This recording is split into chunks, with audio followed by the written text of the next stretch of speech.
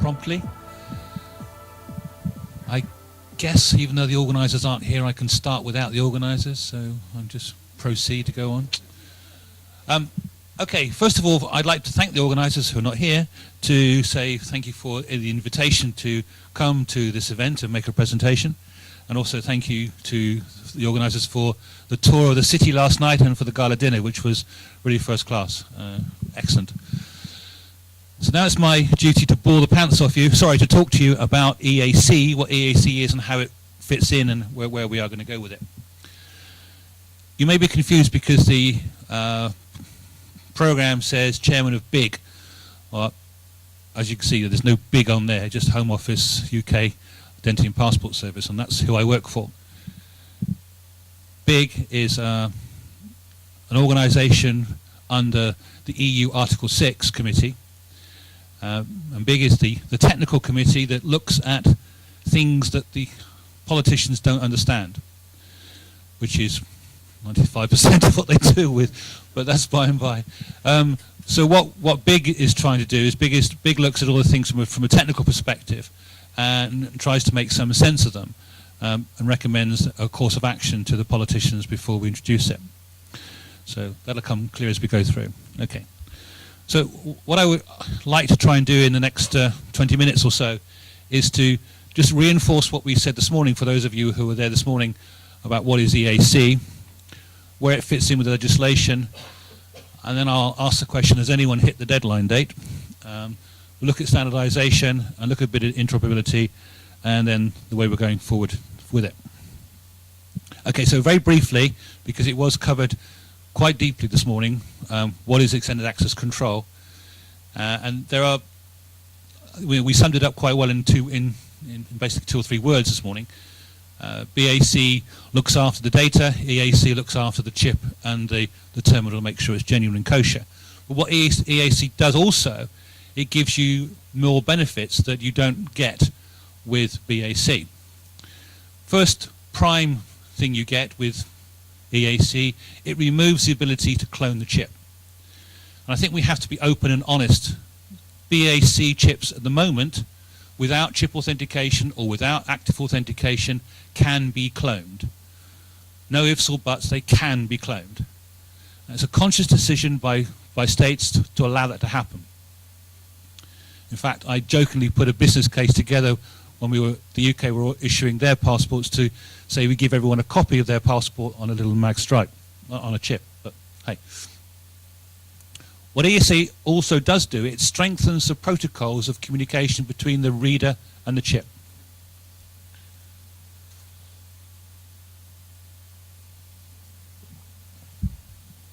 So you have to excuse me, I've got a bit of a cold.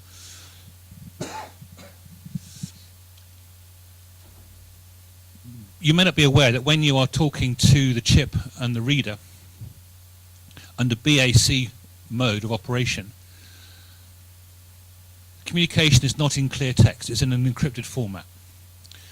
But the encryption level between the reader and the chip is very low. It's just a BAC code, so it's a pretty low code. When you move to chip authentication, the code is much stronger, and I would defy anyone to crack that code. So the communication between the chip and the reader under EAC is extremely high. It also retains the ability to stop skimming, which is unauthorized reading by people who you don't know is reading your passport. Introduces finger images for the first time. And more importantly, it introduces terminal authentication, where the chip proves that the reader is genuine and can read the finger images.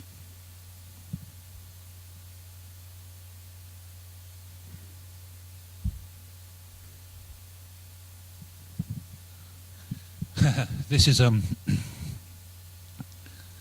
people often say to me, well, okay, what's inside the chip? Well, excuse me.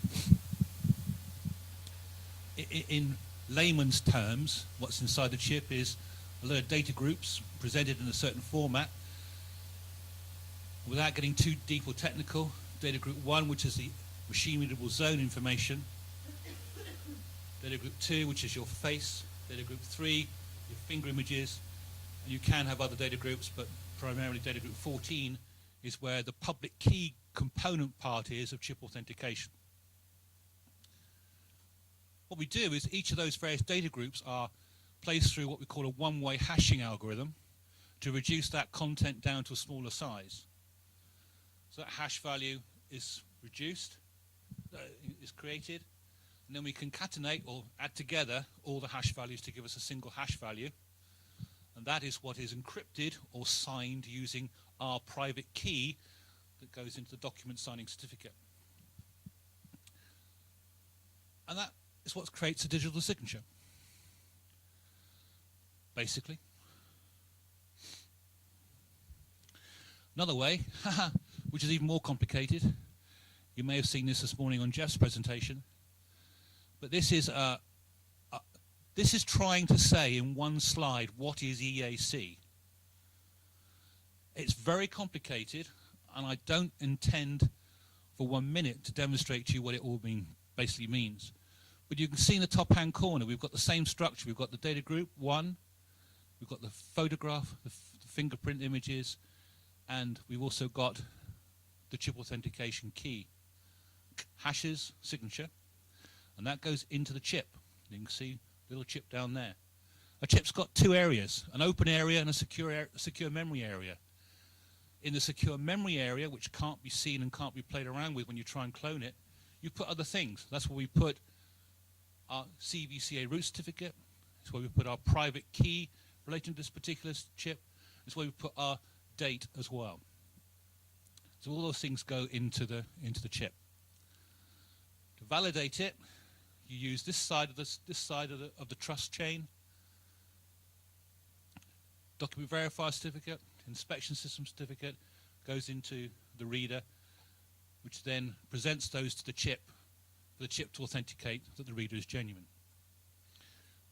If you're interested, I suggest you look at it calmly and collectively on your own PCs and go through it.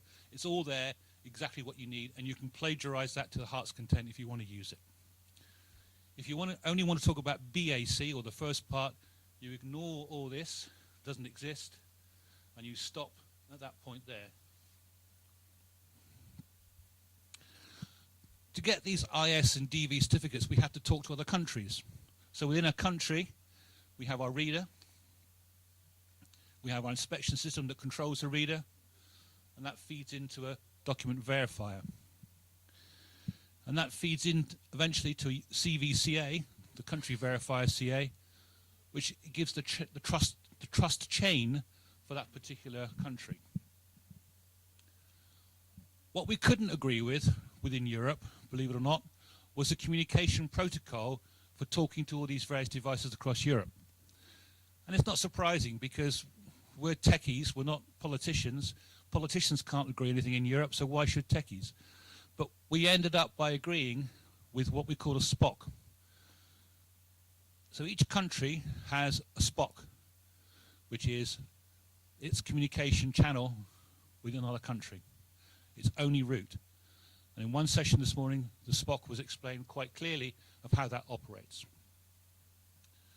And that basically took 2 years of hard effort to agree that particular process.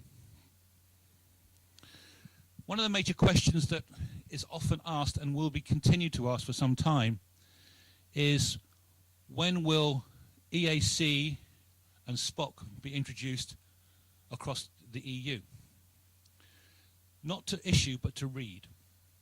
And it was a question that was raised this morning.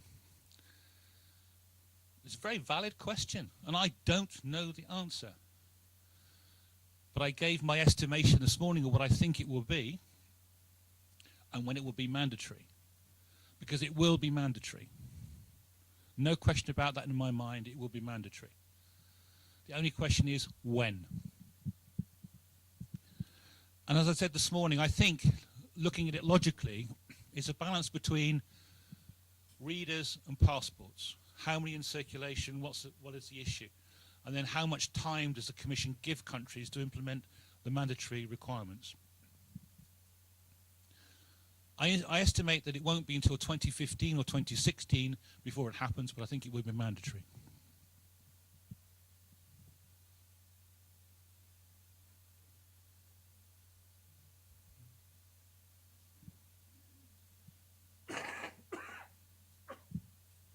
Sorry.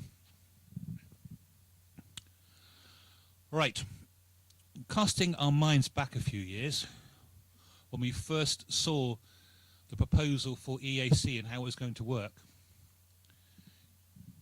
you probably wouldn't recognize it today.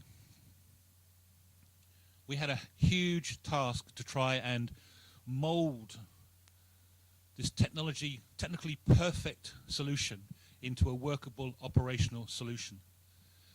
And if you believe EAC today looks complex and is complex, it's nothing to what was proposed originally. What we had to try and do over the last two years, through a lot of hard work, was to harmonize the specification and make sure every single country in Europe understood the interpretation of a specification. If anyone here has ever tried to develop a product based on a specification, you will understand what I mean when you say the interpretation of a specification. Because one person's interpretation of a particular word or a phrase or an action can be totally different to someone else's interpretation. A comma, a full stop, or a hyphen in the wrong place can screw a complete system implementation. Understanding what that meant was vital. So we spent a long time actually making sure that all those who were interested made sure the specification was exactly harmonized across Europe. At the same time, we also had to produce an EU-wide certificate policy that we could all buy into to understand how this was going to work from a legal perspective. We also developed a protection profile to make sure that there were no holes within the system that we were developing for the EAC. We also had to work out how you test this product. And that's what we tried to do as well. We produced a huge testing environment for the EAC. Very importantly, we had to demonstrate to the politicians that this worked and could work. And that was basically achieved through the good offices of the Czech National Republic. We did a fantastic test in Prague last year, which was very well received. We also have worked out how you communicate between countries, i.e. the SPOC. What's coming up, a very vital ingredient which we have not yet finalized, is a protection profile for readers. What we've been talking about so far is purely the issuing side of the product, making sure we get that right. As I will say later on, the other side of the coin is the reader. And hitherto there have been no criteria or no protection profile for readers. Well, I have bad news for the reader manufacturers of the world. We are going to dictate what our readers will do, and there will be a protection profile in place because, one, we are not going to allow our products to go into readers where the reader can do what it wants and not what we want as issuers. There will be a change. The other question which is often asked, why do you need interoperability? Why do you need to make sure this product works across Europe? Is it important?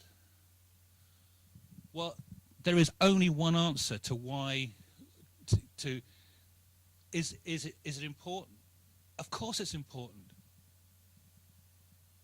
When I travel across Europe with my passport, I want to make sure that I can go into any country and it will be accepted physically and logically.